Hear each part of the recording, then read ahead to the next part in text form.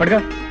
అదే మరదల పిల్ల సరిగ్గా సమయానికి వచ్చావే. ఇవాళ ఏరువా కదా, నువ్వు పూజ చేసి కొబ్బరికాయ కొట్టిన నాగలికి ఎదురుగా వచ్చావంటే ఈ ఏడాదంతా బంగారం పండిస్తానే. మరీ అంత బంగారం పండితే తిండి గింజల కోసం జనం ఇబ్బంది పడిపోతారు గాని, ఇదిగో ఈ టిఫిన్ నీకిమ్మని అమ్మించింది. ఇది తినేసి నీ కొబ్బరికాయ నువ్వే కొట్టుకో. అదే కుదరదే, ముందు దీని సంగతి తెలుసుకోడా.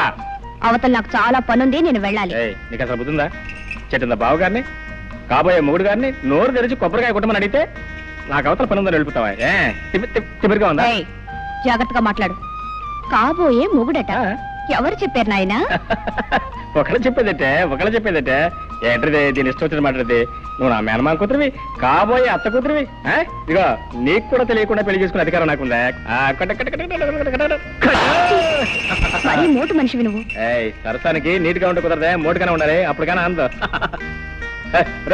ఆగలే, దేవుడి చెరువులో తీసుకురా, ఆ తర్వాత నేను వస్తా. పదండి,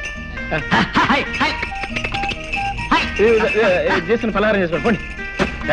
ఎక్కడికి నువ్వు? మళ్ళీ ఏమొచ్చింది? ఇక ప్రేమగా టిఫిన్ తెచ్చిందనివి తినిపించే బాధ్యత లేదు. తినిపించా చాలే సబ్బడం, కోరికలు కోట్లు దాడుతున్నాయి. నాకు పనుంది, నేను వస్తాను. వస్తుంది ఇదేం మరదల పిల్లండి, ఇదేదో కంచు వ్యవహారం లాగా ఉందే. ఎవరినైనా అర్థం చేసుకోవచ్చు కానీ దీన్ని మాత్రం అర్థం చేసుకోవడం కష్టం. అరే టిఫిన్ తీసుకొచ్చి పెట్టవే పెడితే బలేదు మొత్తం. అయ్యో అసలు బుద్ధి లేదు బావా. టిఫిన్ మాత్రం తెచ్చింది, పచ్చడి అక్కడే వదిలేసింది. ఓహో, పచ్చడి వదిలేటి వెంట నన్నే వదిలేసి వెళ్ళిపోయింది. నేను తినిపిస్తాను. వదిలేవే, నేను తింటలేవే. అదేం కుదరదు, నువ్వు లోపలికి పదా. అబ్బా మరదలో ఉండవే నీ సరసను, నీ కులపురం నేర్చుకునేది. ఏంటి టిఫినా? ఏం టిఫినే? ఆహా, ఇడ్లీ దోశలు. ఇదేంటో అబ్బో కొబ్బరి చట్నీ. ఏమిటో విశేషం ఏముంది కొత్తగా? మరదలు రోజు టిఫిన్ తీసుకొచ్చి దగ్గర కూర్చొని బావగారికి తినిపించడమే విశేషం. అన్నట్టు ఇవాళ వంట చేసుకోవద్దని చెప్పింది అమ్మ. భోజనం మా ఇంటి దగ్గరే. ఓహో, పొద్దున టిఫిన్ కాకుండా మధ్యాహ్నం భోజనం కూడా? అయితే మాంసం ముక్క కక్క దచ్చేస్తా. ఏంటది? చట్నీలో ఉప్పు సరిగ్గా సరిపోయింది. ఆహా, రుచి చూసావా? దోశ కొబ్బరి చట్నీ. అవును. అయ్యో, మళ్ళీ ఏమొచ్చిందే? దోశ కూడా చాలా బాగుంది. అవును, ఇంతకు నన్ను తినేస్తావా లేదా? అయినా నీకు ఇంట్లో అత్తయ్య తిండి పెట్టలేదేమే? కోపడకు బావా. మరి ఏంటి మరి? ఇగో నీకు కావాలంటే మొత్తం తినవు, నాకేం అక్కర్లేదు, నేనేం అనుకోను. అది కాదు బావా, ఏదో బావగారివి కదా, నా చేత్తోనే తినిపిస్తే బాగుంటుంది కదా అని తిను బావా. ఆహా, చిన్నప్పటి నుంచి నువ్వే తినిపించా పాపం, లేకపోతే మా తింటే తెలీదు. ఇదిగో మరి ఇక్కడి నుంచి వెళ్తావు లేదా? సరే, బావవి నా చేత్తోనే తినిపిద్దామని ఆశపడ్డాను. ఓ పంచి, నువ్వు తినిపించు, నేను తింటాను. టిఫిన్ తేవడేమో నా కోసం తీసుకొచ్చింది, తందేటో సరిపోయాక నాకేం మిగులుతుంది? ఓ సోస పెట్ట.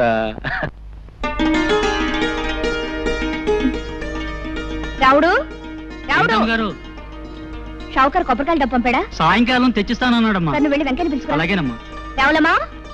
రావులమ్మా, ఏమిటి అలా ఉన్నావు? పెద్దయ్య గారికి ఇప్పుడు 3 సార్లు కాఫీ తీసుకెళ్ళి ఇచ్చానమ్మా. తుప్పుకుని మొహాన్ని ఉమ్మేసి ఒకటే తిట్టడం మొదలెట్టారు. ఆయనకి మీరు ఇస్తే కానీ కుదరదమ్మా. వెళ్ళండమ్మా, వెళ్ళండి. తాతయ్య చాలా కోపంగా ఉన్నారా? వెళ్ళండమ్మా, మీకే తెలుస్తుందిగా. తను వెళ్ళి కాఫీ తీసురా. తాతయ్య కాఫీ. తాతయ్య లేదు, పీతయ్య లేదు. నీకే? నువ్వు హాయిగా కాఫీ తాగి టిఫిన్ తిని తిరిగ్గా వచ్చావు. ఇక్కడ దిక్కు ముక్కు లేనివాడు ఒకడు ఉన్నాడు. నువ్వు వచ్చి కాఫీ ఇస్తే తప్ప తాగడం అనే సంగతి నీకు గుర్తుంటేగా. నాకే వద్దు. ఒక్కరోజు కాస్త ఆలస్యంగా వస్తే ఇంత కోపగించుకోవాలా? నా మంచి తాతయ్య కదూ, తాగు. తాగమంటే తాతయ్య నా కోసం.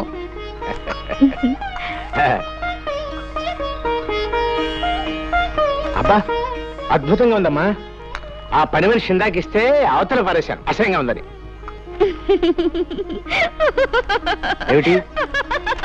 ఏమిటా నవ్వు? ఎందుకు?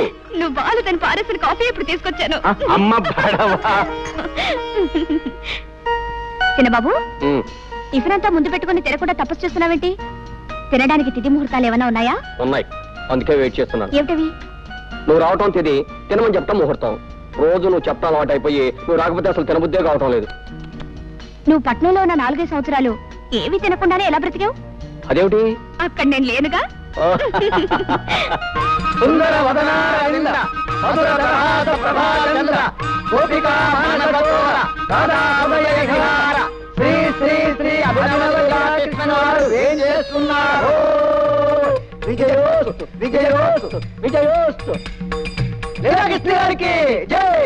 సర్వే జనా సుఖినో భవన్. బృందావన విహారానికి వేళయింది. పదండి. లీలాకృష్ణుల వారికి స్వాగతం. గతం గతం సుస్వాగతం. సుఖీభవ షావుకారు, సుఖీభవ. సంతకాలు పెట్టేసి కాగితాలు రెడీగా ఉన్నాయి, తీసుకుని డబ్బిచ్చేయి.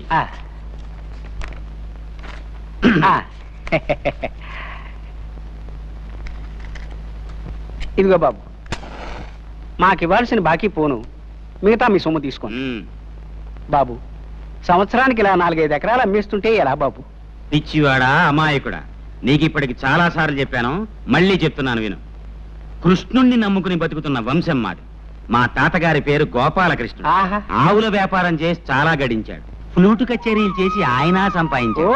పోతే నా పేరు లీలాకృష్ణుడు. ఏమీ చెయ్యను. బృందావనం లాంటి పల్లెల్లో లీలలు మాత్రం చేస్తుంటాను. నీకు తెలుసుగా నా లీలలు? తెలియకపోవడం ఏంటండి, నెలకి 3 తగులు 6 జరిమానాలుగా వెలిగిపోతున్న మీ కీర్తి చుట్టుపక్కల 7 గ్రామాల దాకా పెరిగిపోయిందండి. నీకు అసలు బుద్ధి లేదయ్యా. లీలల గురించి మాట్లాడుతుంటే తగులు జరిమానాల గురించి చెప్తావేంటి? అర్థం లేకున్నాను. నీకో గీతారాశి అని చెప్తాను విను. మనిషి బతికేది అన్నాళ్ళు 100 ఏళ్లేగా. నువ్వు చెప్పేది 100 ఏళ్ల క్రితం మాట. ఇప్పుడు అన్ని హైబ్రిడే. బియ్యం హైబ్రిడ్, వంకాయల హైబ్రిడ్, ములక్కాయల హైబ్రిడ్. మొన్న మధ్యన పేపర్లో చదివాను, మనుషులు కూడా హైబ్రిడ్ వస్తున్నారంట. ఇవన్నీ సైజులు ఎక్కువ, సారం తక్కువ. అంచేత ఏ మనిషి 60 ఏళ్ల కన్నా బతకట్లేదు. నాకిప్పుడు 30 ఏళ్ళు. మహా బతికితే ఇంకా 30 ఏళ్ళు బతుకుతాను. ఉన్నది 60 ఎకరాలు. నాకా పెళ్లి పెటాకులు లేవు. అంచేత మా తాత ఇచ్చిన పొలం, మా నాన్న ఇచ్చిన బంగారం ఏడాదికి ఇంత నమ్మేసి జల్సాగా బతుకుతున్నాను. ఆహా, ఏమైనా మీ తెలివి గలబడండోయ్. అబ్బా, పెట్టేసావా దిష్టి? రే దిష్టి దిష్టి తీయండ్రా దిష్టి. ఇరుగు దిష్టి, పొరుగు దిష్టి, ఈ ఊరు దిష్టి, ఆ ఊరు దిష్టి, వడ్డీ వ్యాపార దిష్టి, సారా కొట్టు దిష్టి, షావుకారు దిష్టి.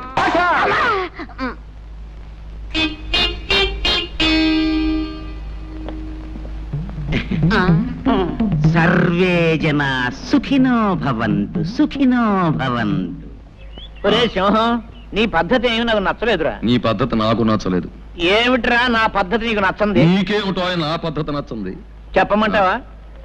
ఊళ్ళో ప్రతివాడి అవసరానికి అడ్డం పడిపోయి ఉపకారం అనే పేరుతో ఉన్నదంతా తగలబెట్టేస్తున్నావు. రే పిచ్చి పంతులు, నన్ను మాట చెప్పమంటావా? మనిషి అన్నవాడు ఎవ్వరికీ ఉపయోగపడని బ్రహ్మచముడు తుప్పలా బతకూడదరా. 10 మందికి ఉపయోగపడే కరివేపాకు చెట్టులా బతకాలి. అది చూడు, కోసే కొద్దీ చిగురిస్తుంటుంది. మనం అంతే. అలాగే తాలింపులో వేసుకుంటారు, తినేటప్పుడు తీసి అవతల పనేస్తారు ఆ కరివేపాకుని. నీకు బుద్ధి ఉందిరా వేధవా?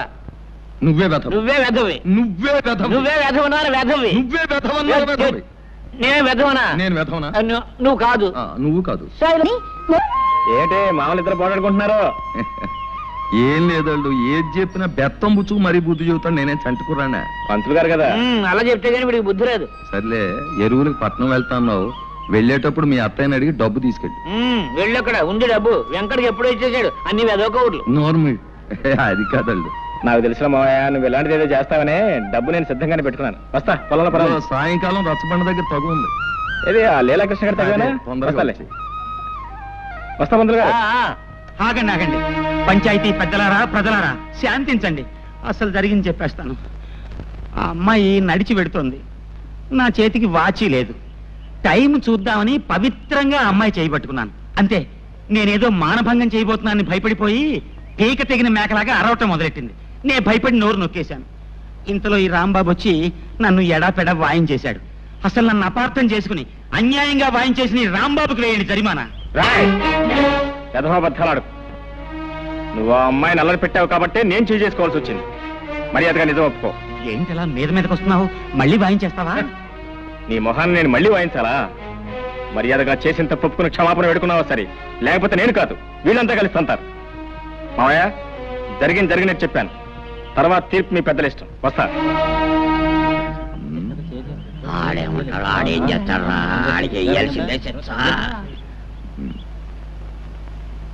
సుబ్బమ్మ పట్ల ఈ లీలాకృష్ణ అసహ్యంగా అసభ్యంగా ప్రవర్తించినందుకు 500 రూపాయలు జుర్మానా విధించడమైనది. ఇది పంచాయతీ తీసుకున్న నిర్ణయం. ఏమంటావు రత్తయ్య బావా? ఇంకో 100 అయితే బాగుంటుందేమో. అయ్యా, నీ మాట ఎందుకు కాదనాలే? అలాగే ఇక మొత్తం 600.